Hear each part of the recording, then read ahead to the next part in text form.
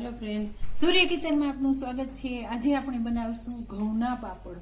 તો એના માટે મેં લીધો છે 1 વાટકો લોટ, મીઠું અને સોડા।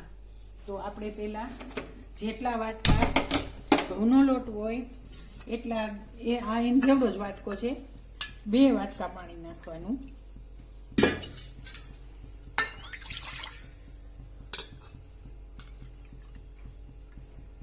एक वाटको लोट અને 2 વાટકા પાણી। હવે આપણે એમાં આ 1 વાટકો લોટ હોય તો 1 ચમચી મીઠું, થોડુંક વધારે ખાતા હોય ખારું તો વધારે નાખવાનું।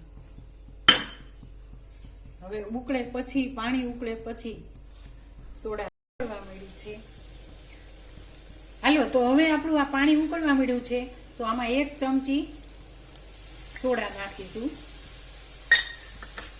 ખાવાના સોડા લીધા છે। પછી મેં મૂકી દીધું। પછી આમાં થોડો લોટ નાખતું જવાનું અને હલાવતા જવાનું। થોડો એકારે નહીં નાખી દેવાનો।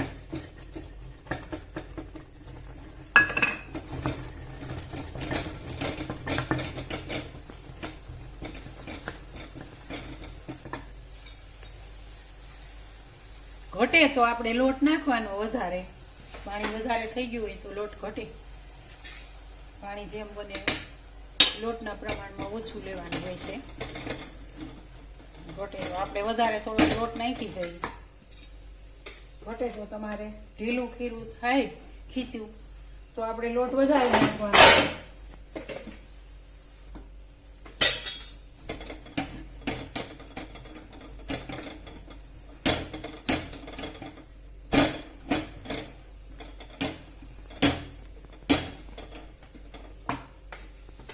લોટ થોડો જ નાખવાનો।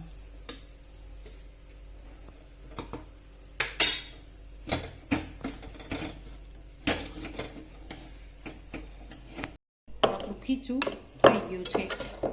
હવે એને આપણે થાળીમાં કાઢી લઈશું। થાળીમાં તેલ ચોખ્ખું ખીચું।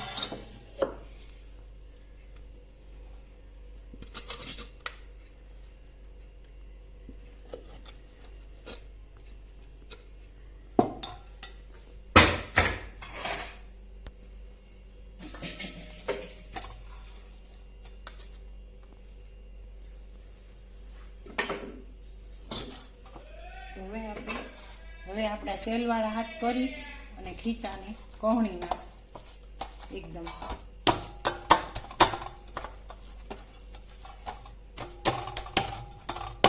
આપણે ખીચાને બાયફું નથી, આમનામ જ રાખવાનું છે।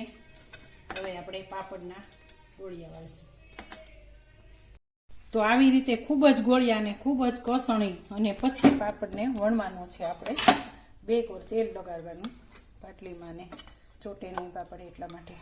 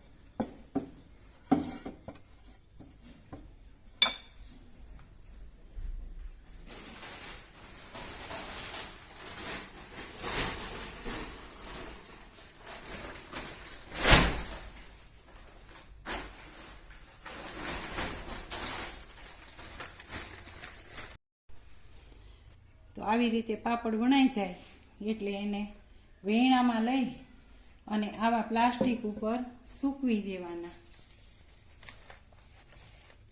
આવા એક પછી એક ગોળા લઈ આવી રીતે ખૂબ મસળવાના,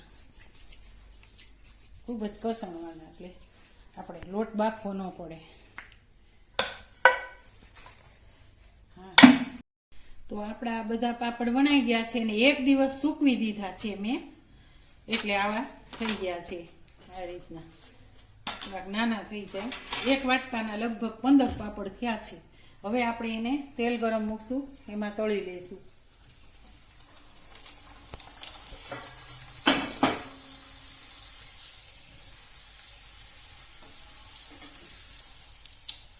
આ રીતના થાય.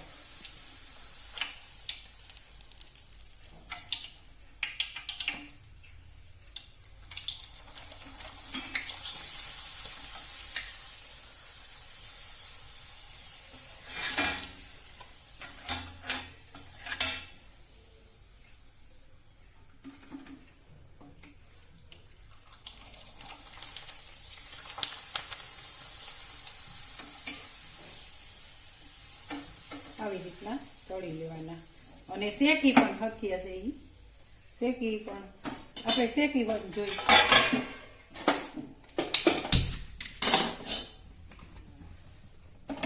શેકી નહીં ખવાય, કેમ કે કાયમ આપણે તળવા ન હોય તો શેકી પણ હાલે.